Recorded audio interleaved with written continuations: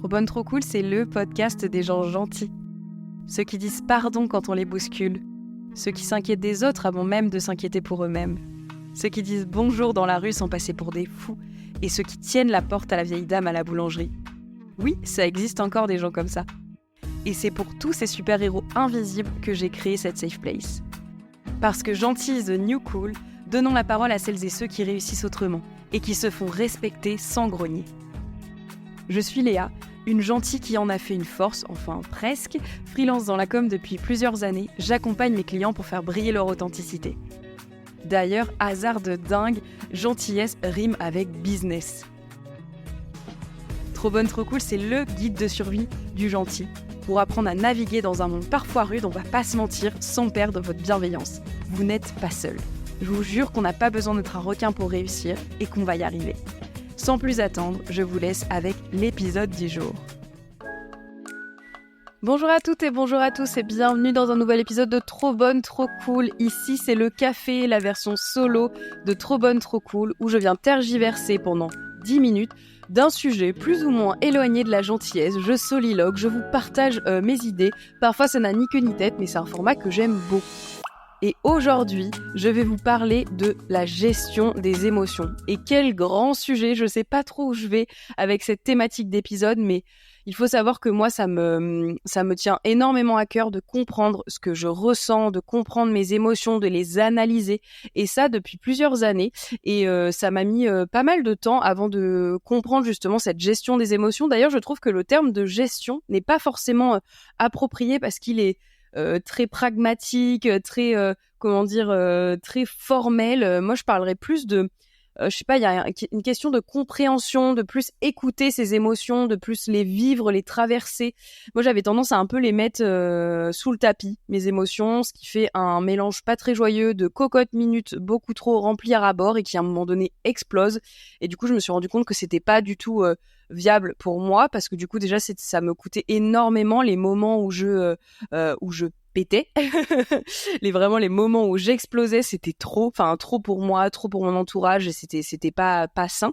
Donc déjà c'est de pas atteindre ce point de rupture. Donc c'est comment l'analyser, analyser les signes aussi de choses qui vont moins bien, donc de pas remettre tout sous le tapis parce que mine de rien la technique de l'autruche ça va 5 minutes mais franchement c'est pas viable dans le temps. Donc ça j'ai mis pas mal de temps à le comprendre. Je pense que je m'en suis rendu compte vraiment un tout petit peu avant ma trentaine, mais c'est assez récent finalement ce truc-là de me dire mince, j'ai l'impression d'être toujours heureuse, toujours bien et il faut en plus que je le sois. Vous savez, c'est un peu ce cercle vicieux où comme les autres pensent que je vais toujours bien et que je suis toujours celle qui rigole, qui fait rire les autres, qui anime le groupe, je me suis un peu enfermée dans ce rôle-là. J'avais l'impression que j'avais pas le droit d'aller mal, que j'avais pas le droit de me plaindre. Enfin voilà, en fait, je m'étais bloquée sur pas mal de choses et donc ça, j'en ai longtemps parlé avec la première psy que j'ai vue il y a déjà plusieurs années. Je me sentais pas légitime d'aller mal. Donc ça, déjà, j'ai fait un peu j'ai fait une thérapie d'ailleurs là-dessus sur c'est ok d'aller mal, j'ai le droit d'aller mal. Moi je me cachais aussi un peu derrière le truc que il y a des gens beaucoup plus malheureux que moi, j'ai pas le droit de me plaindre. Enfin c'était pétri de fausses croyances et donc ma psy m'a dit mais vous savez vous avez le droit d'aller mal à votre niveau. C'est pas parce qu'en effet il y a des gens peut-être plus malheureux que vous qui traversent des choses plus dures que vous avez pas le droit aussi de ressentir les choses que vous ressentez. Donc ça déjà c'était de légitimiser mes émotions, de légitimiser ce que je ressentais.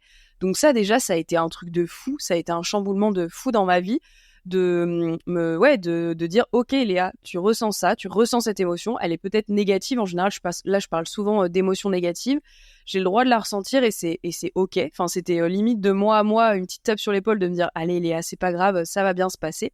Et aussi il y avait la légitimité de l'entourage, donc ça j'en ai parlé longtemps avec mon chéri, c'était le truc de dire parfois je traverse une émotion et lui qui est très pragmatique, qui a beaucoup qui est pas du tout dans l'émotionnel, qui a énormément les pieds sur terre, avait tendance parfois et sans le faire exprès à minimiser ce que je ressentais.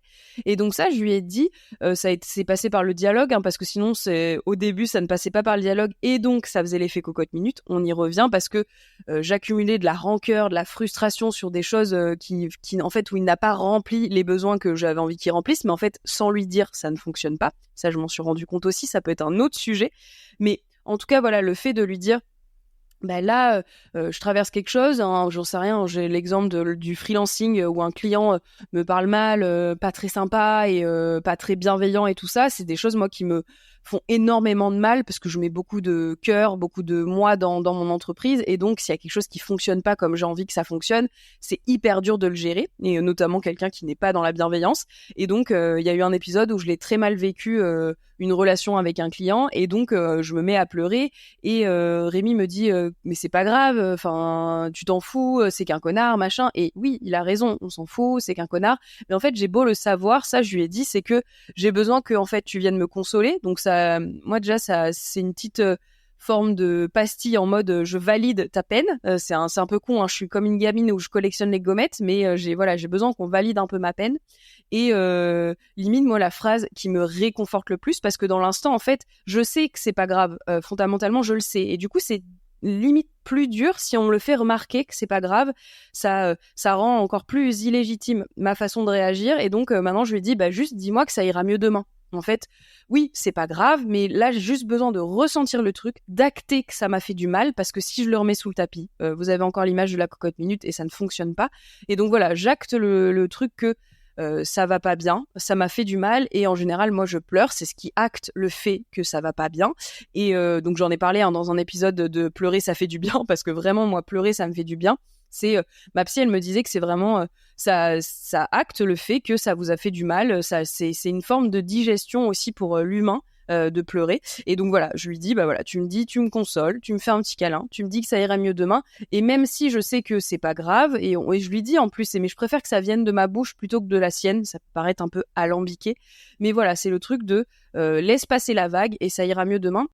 Et moi je fonctionne vraiment comme ça maintenant depuis plusieurs années.